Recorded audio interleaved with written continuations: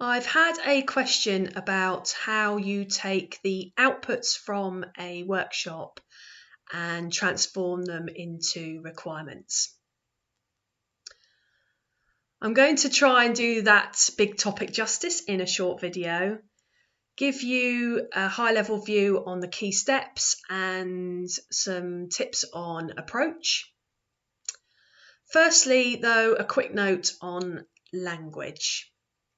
So you'll note that I don't refer to the output of a workshop as requirements, but it's highly likely that your stakeholders will refer to the information that they're giving you as requirements, and that's fine. However, as a BA, you need to understand that the information given is not going to be in a format to go straight into a requirements document. It's going to need further assessment, validation, and clarification. And that's where you add loads and loads of value as a BA. So how are you going to go about that? So I'm going to talk about two key areas in the process to create your requirements and your requirements document.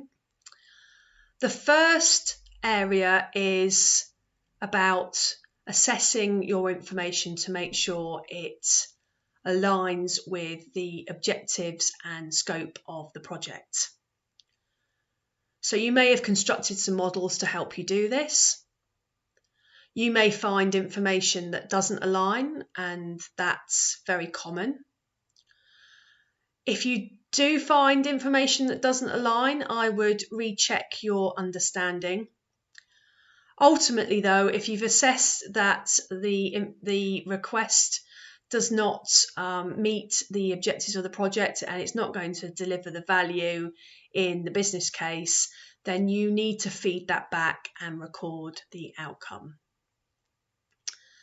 Secondly, let's talk about how you construct your requirement statements.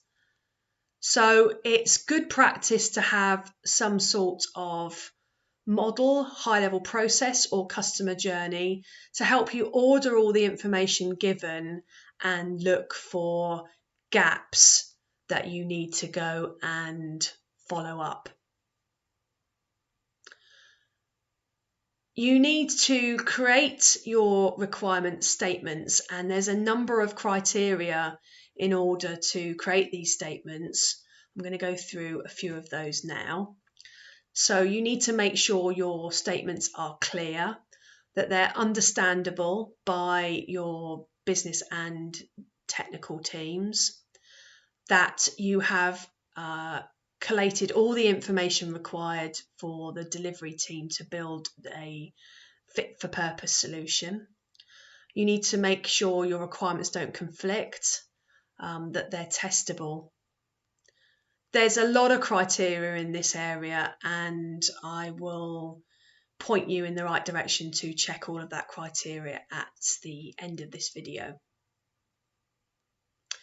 So start to construct your requirement statements with the criteria in mind, and use your models as well as your business and technical audience to check these statements. So with your business audience, you want to check whether or not you've understood their information correctly and you've created a statement that clearly reflects what they are trying to achieve. With your technical audience, you need to check that the statement makes sense and whether or not there's any other areas that haven't been covered or the right level of detail has been provided. This whole process is iterative, so plan to go through a number of iterations to have got to a level of quality with your requirement statements. I hope that's been helpful. What I've described is referred to as the requirements engineering process. So you can get more information by looking up requirements engineering.